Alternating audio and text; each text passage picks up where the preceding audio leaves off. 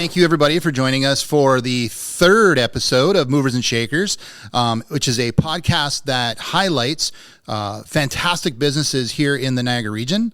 I'm incredibly humbled and incredibly grateful to be joined today by the owner of Beechwood Doughnuts. No introduction needed. If you live in the Niagara region, you know who I'm talking about. So without further ado, Taylor. Hi, everyone. Thanks for having me.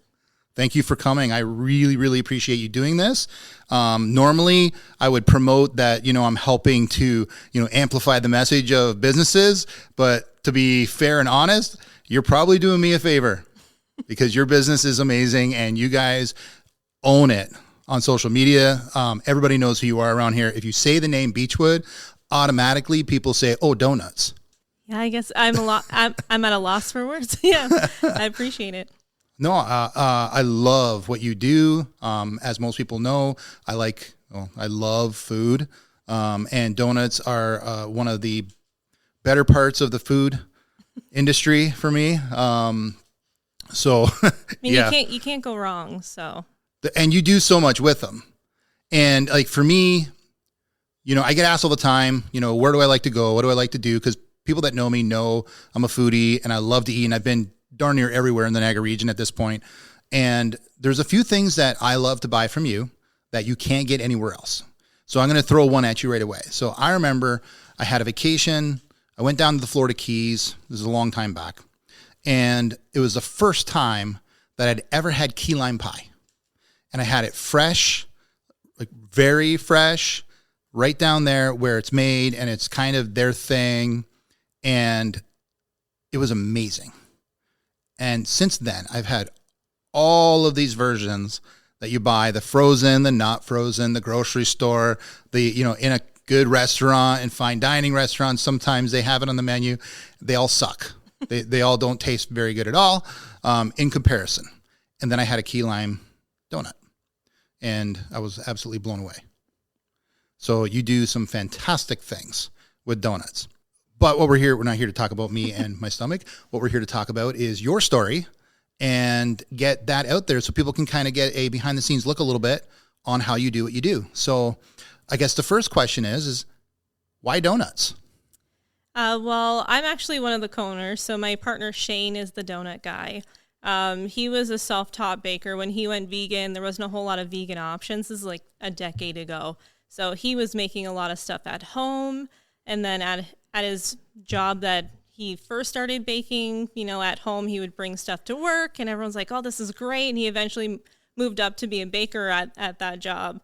And then he moved on to professionally baking in vegan restaurants, things like that. And he always wanted to have his own place, but he never had the skills or the knowledge to get a business running because he just liked making really good stuff.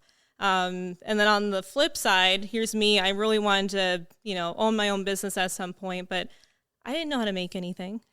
I'm not the maker. I know how to run a small business from the inside out from my previous experience with a local business. So when we met, he was really focusing on his donut recipe. This was something he was so focused on, and he almost every time I talked to him, he was like, "Try a new recipe, try it." And me just being so so basic, I'm like, "I don't notice the difference." And he's like, "You don't notice the difference? Like, this one's so much better than the last one," and so passionate about it. So we both realized after about a year or two of knowing each other that we both wanted to run our own thing. He had something to sell. I could sell it for him. So we linked up, and it was initially we were going to have more than donuts. It was going to be donuts, cakes, cinnamon rolls, sandwiches, way too much. And then we got the quote for the equipment, and we thought, you know what, that's a lot of money. I was 20 at the time. He was 25, and we're like, yeah, this doesn't make sense. Like, we need to narrow our focus, figure out what we actually want to be doing here. And half the equipment was for donuts anyways. So we're like, why are we throwing our focus in all these directions? We were just getting so excited about too many things. Yeah. And then we're like, you know what? It's donuts, because there's not a whole lot of places around here that you can get like a really good donut beyond like your basics. but you can get cakes here. You can get sandwiches other places. It was always going to be the donuts that were going to bring people in. So we thought, well, why aren't we just focusing on that? So it was going to be Beechwood Bakery a long, long time ago, but we narrowed it down to Beechwood Donuts mainly because of the cost. But then after thinking about it a lot, we're like, it just makes a lot more sense. Yeah, the business model kind of fleshed itself out through the development stage. 100%. And then you realized it. Yeah, that's interesting. So where does the name Beechwood come from? It's actually named after a street. So when Shane and I met, he was living on this street, and a lot of our friends also lived in that one house, and a lot of those people actually work for us now. So it has a lot of personal meaning. People always expect this like extravagant reason, but we were like, we wanted something that felt close to home. His sister, who was our first staff member, she's like, I really like trees. I like the idea of like something organic, like a tree. So we're like, well, Beechwood's a tree. And like, this is Beech Street, Beechwood. Yeah, Beechwood Donuts. It's got some symmetry, and it just kind of stuck. Nobody else had any other ideas. So you can say the name kind of it grew organically on you. Exactly. I'm such a cheese ball. At first, one of our friends was like, it sounds like Bollywood. It sounds like cheesy.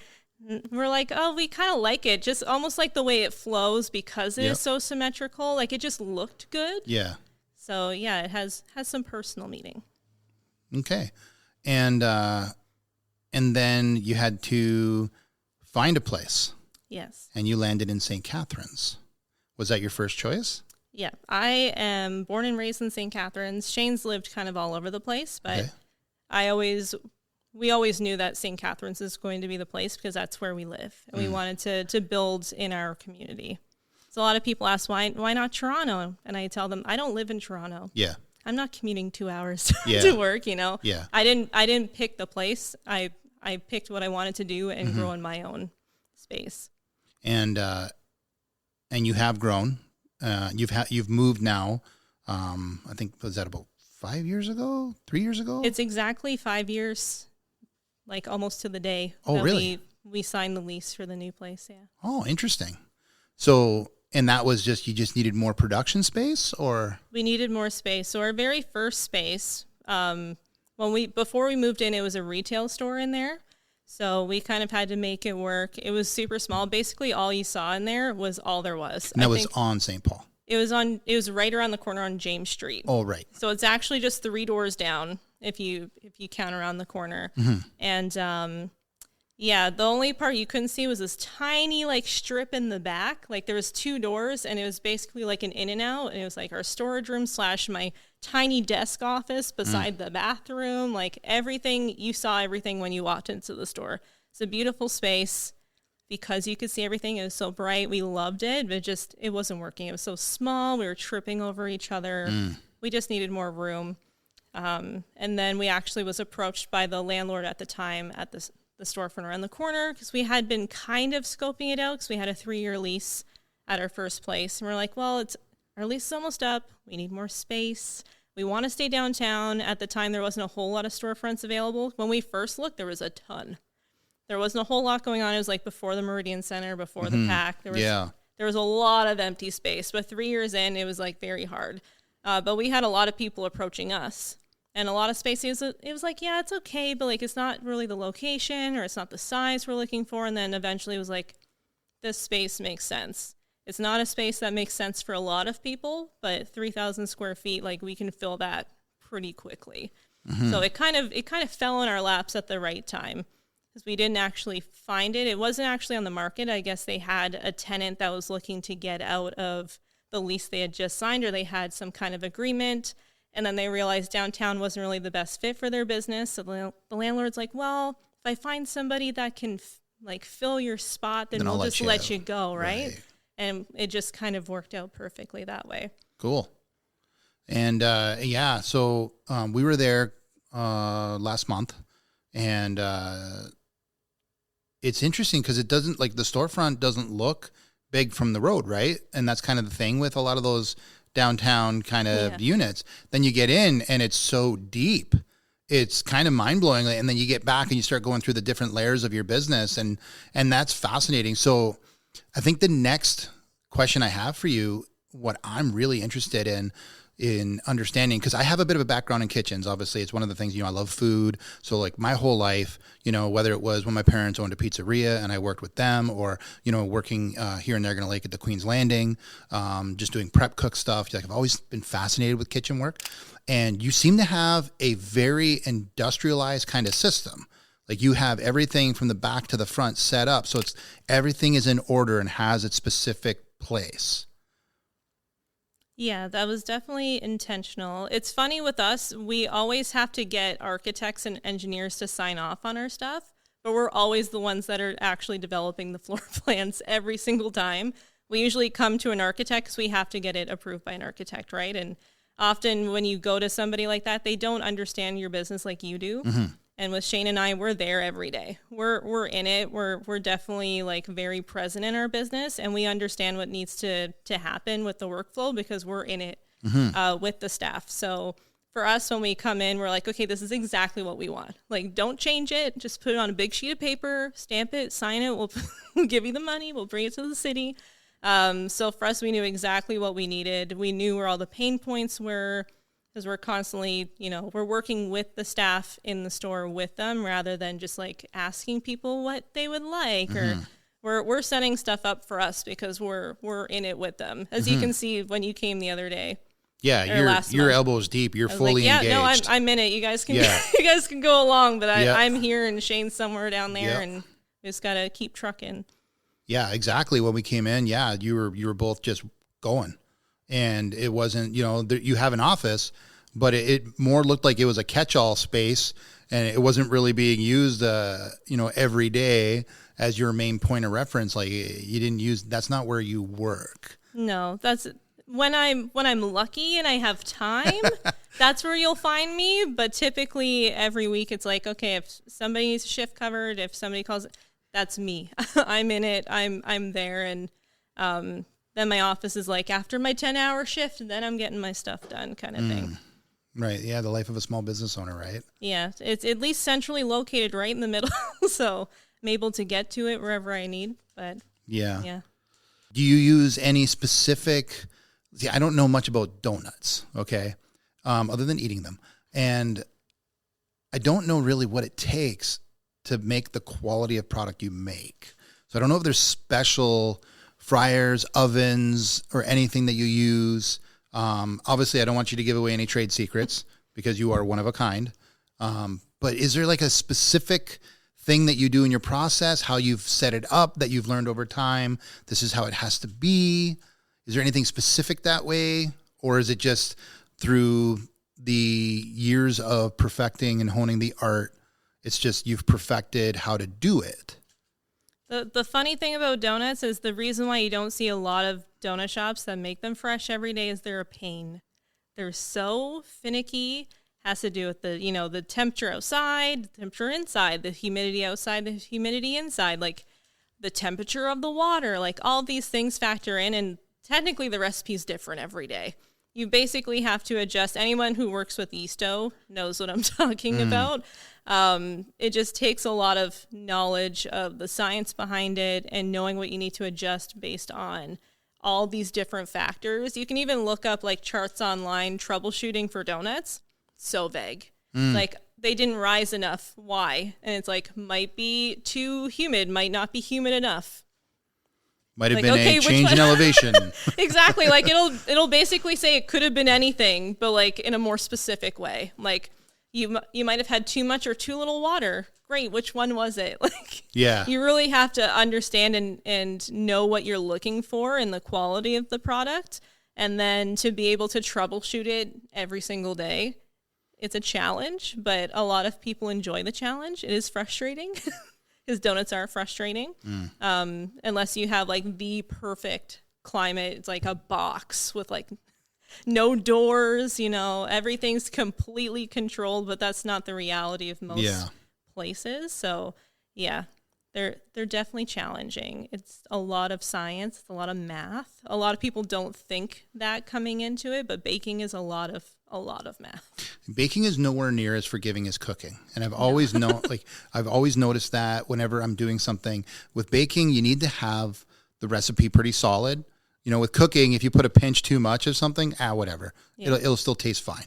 But with baking, if you put an extra, teaspoon of baking soda in something, it's going to turn out completely different than it was supposed to. Mm-hmm. So baking is definitely different that way. And it also, I think I might have just learned something. So I noticed you have like your baking cycle, and that's it for the day. You don't like bake all through the day. And that's probably because you're talking about the process. I couldn't imagine how difficult it would be if you had 1,000 people coming through your store every day and you had the door opening and closing in the middle of the winter and the temperature fluctuations and everything else. It probably would never work. Like it could, but it'd be really annoying.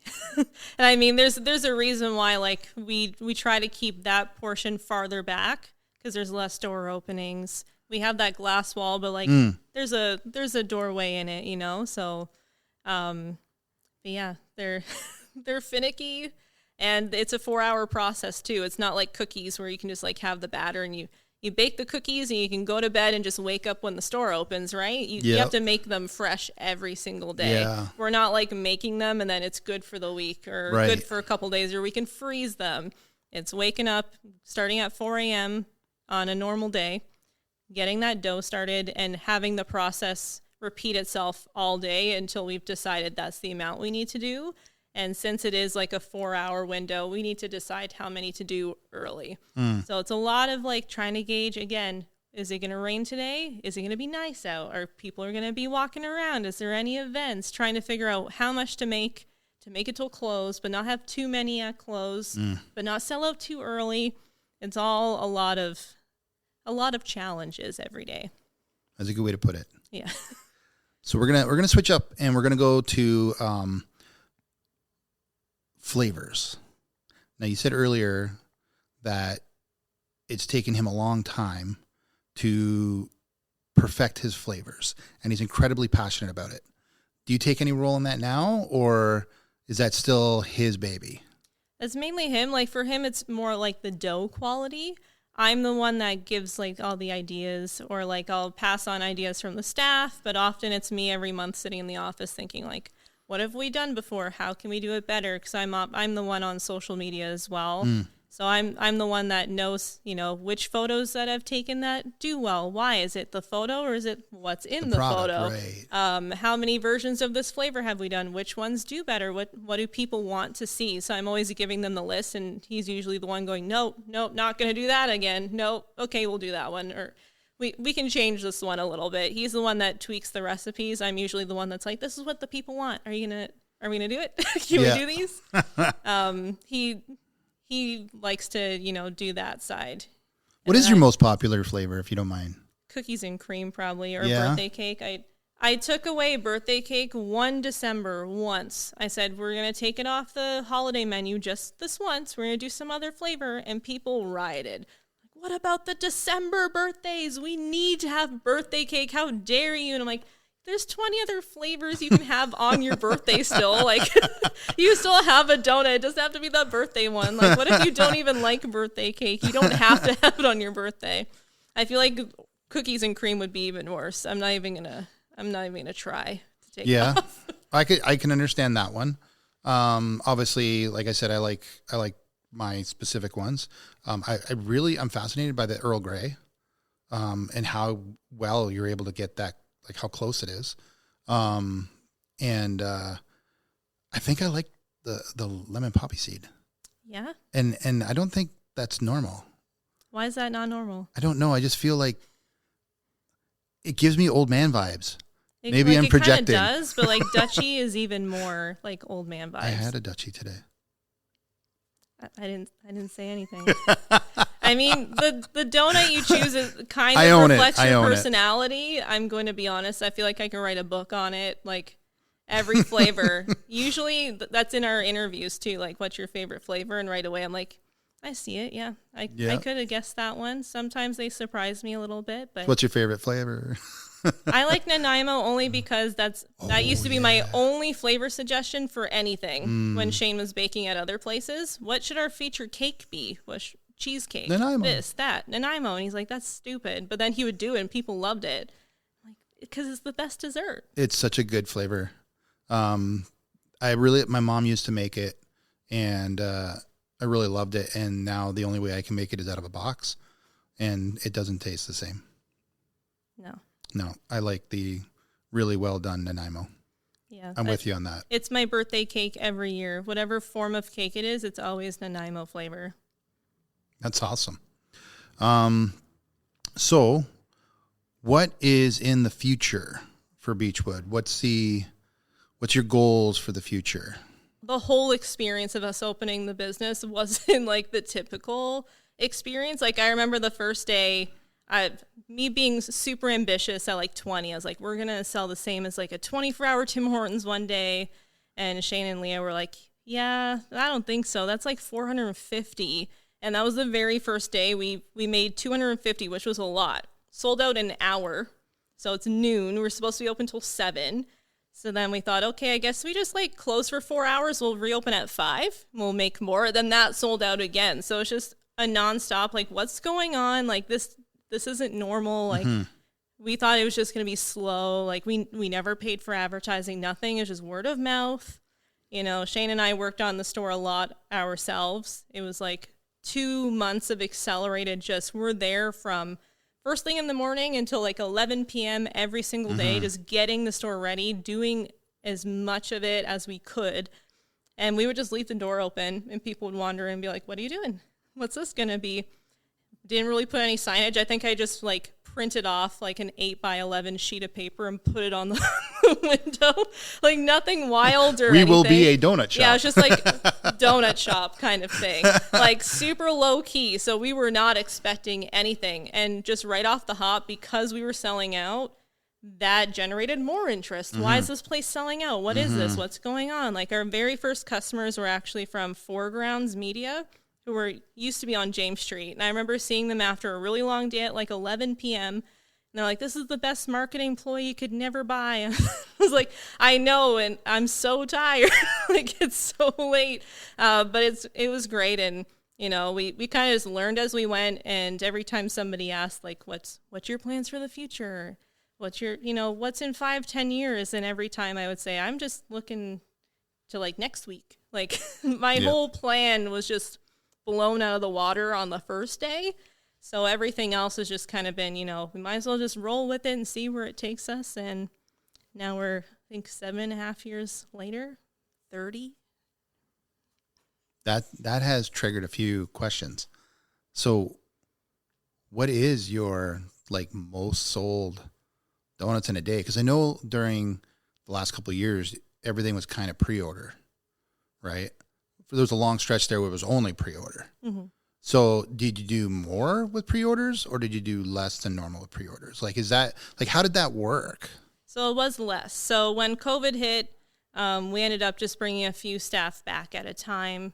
Just wanted to do it as super safe as possible. At first, it was just deliveries. So Shane and I took our little Mazda. We would put 150 assorted boxes of 6 in the back. Like it was just a set box of 6 every week. So we'd say, you can go on our website, pre-order the box of 6. We have 150 of them each day. And once they're sold out, they're sold out. So we would fill the little Mazda 3 times a day, delivering all over St. Catharines and Thorold. And then once the summer hit, we found the right platform online to set up time slots. So again, we're a business that draws a lot of crowds. We didn't want to just be like, hey, everyone come pick up whenever. And we also wanted to make it manageable for us and the staff. So we figured out a way to set up time slots. So we did delivery and then the time slots. And then we figured out, you know what? Delivery's going really well. People love it. We want to deliver beyond St. Catharines and Thorold. So we invested in the van about a year ago, I think, a year and a half ago. So we got the Ford Transit, got some nice shelves put in, and then we started delivering to all of Niagara, Hamilton, and Burlington as well. So we're still not at like pre-COVID levels. We're not open as many days as we used to. We used to be open Monday to Friday, 9 to 8 p.m., and then Saturdays, 10 to 6. So now we're currently open Tuesday to Saturday, 10 to 5.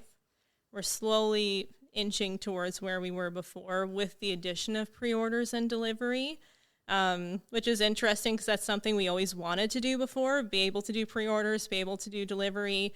But because we were so set in the way we did things before and the setup just wasn't fit for all of those services, just the walk-in, we were never able to really put it into motion because we were just so high volume. I think pre-COVID, probably a little over 4,000 in a day was like our max.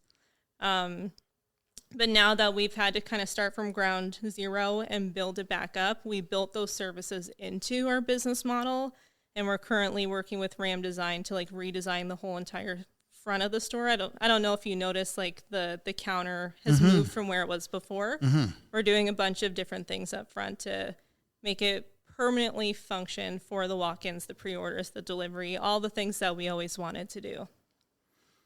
Awesome. So 4,000 is like, that's like the most you've ever done in a day? Like that's kind of like the high end? Yeah, that'd be like an Easter Saturday or like Mother's Day Saturday. So I'm happy you said that because I was going to ask you that next is what's your busiest holiday? I'm assuming that it's like Mother's Day or Easter.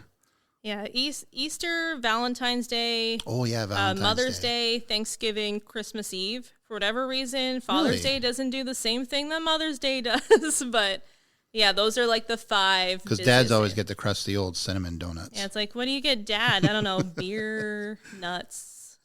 Yeah. A barbecue. Like, yeah, well, hey, there's nothing wrong with that. So generic. But yeah, no, good point. Yeah, well, Mother's Day is coming up.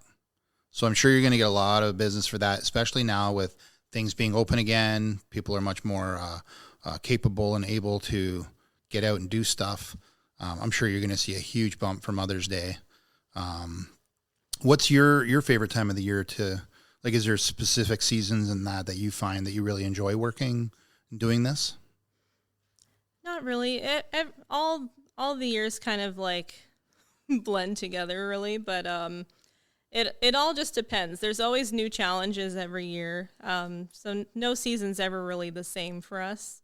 Like sometimes, like especially downtown with like so many new things happening all the time, like this is going to be our very first summer with the road closures that were open for walk-ins because the last, I think 2 summers we were just pre-order only. So that's going to be completely new to us. Like there's always new things that they're adding to the downtown core that it's like every single season is different. So I have no idea what my favorite is. It might be summer after the street closures. Who knows? Like I know In the Soil is doing programming all summer now. I don't know if you're familiar with In the Soil. Yeah. They used to just do like, it used to be in April, I think, a few days in April. And then pre-COVID, they moved it to June. And now they're going to be doing like a launch weekend in June. And then they're going to be doing programming throughout the summer, I'm assuming during the closures, which would be cool. Yeah. For those who don't know, when you're saying street closure, what they mean is, or what you mean is they actually close down the street for traffic so that cars can't go up and down. And that way we can have all of the restaurants and bars and businesses be open and spread out into that area. So it's kind of like creates a huge like party kind of atmosphere. Yeah, they started it right at the beginning of COVID. I feel like it's something that they've been playing with as an idea, but it was really pushed when the necessity I remember them was talking there. about it years ago. Oh yeah, and obviously there's like varying views as to how it should be done and when we should do it. And now it has a name. I think it's a pedestrian promenade, I think. But I'm just so used to calling it the road closures. But it's starting to seem like it's becoming more of a permanent celebrated fixture of downtown. So that'll be super cool. Absolutely. So with my background is marketing with school, old classmates of mine are actually working with the city, and now they have a position for the downtown core for marketing specifically for that area and the businesses and that for that type of party atmosphere to bring more people to it. So which is interesting that there's a position being created to do that. Yeah. To help the businesses down in that area to get more eyes on them, make people in the Niagara region aware of what's going on there. So I found that pretty interesting when I saw that an old classmate of mine got hired to do that. Yeah, no, that's great. Well, I want to say thank you very much for taking the time. I know you're incredibly busy to come down here and sit with me, to talk with me a little bit about your business and tell me a little bit about yourself, and the history of where you got from to where you are now, because the business now is incredible. It's become a fixture in St. Catharines. Everybody knows who you are. And when everybody in my industry, in real estate, at Revel Realty, I know you get a ton of support from us. We really, really enjoy using your product for gifts and thank yous to the businesses and partners that we have, and sometimes our clients. So thank you for doing such an amazing job and making our job much easier because of it. And I hope for the continued success, because I absolutely love what you do. Thank you. I appreciate it. I'm pretty sure I've delivered here at least once. I don't deliver often. I used to deliver in the Stony Creek, like Ancaster, that whole little outskirts of Hamilton chunk. And I think the one day I helped deliver here, and I was like pulling in, thought, I recognize this place. Yeah, that was me. Yeah. Yeah, I ordered in the fall, I think it was, to have delivered here. No, I remember now. Yeah. So thank you. I really appreciate it. Yeah. Thanks for having me.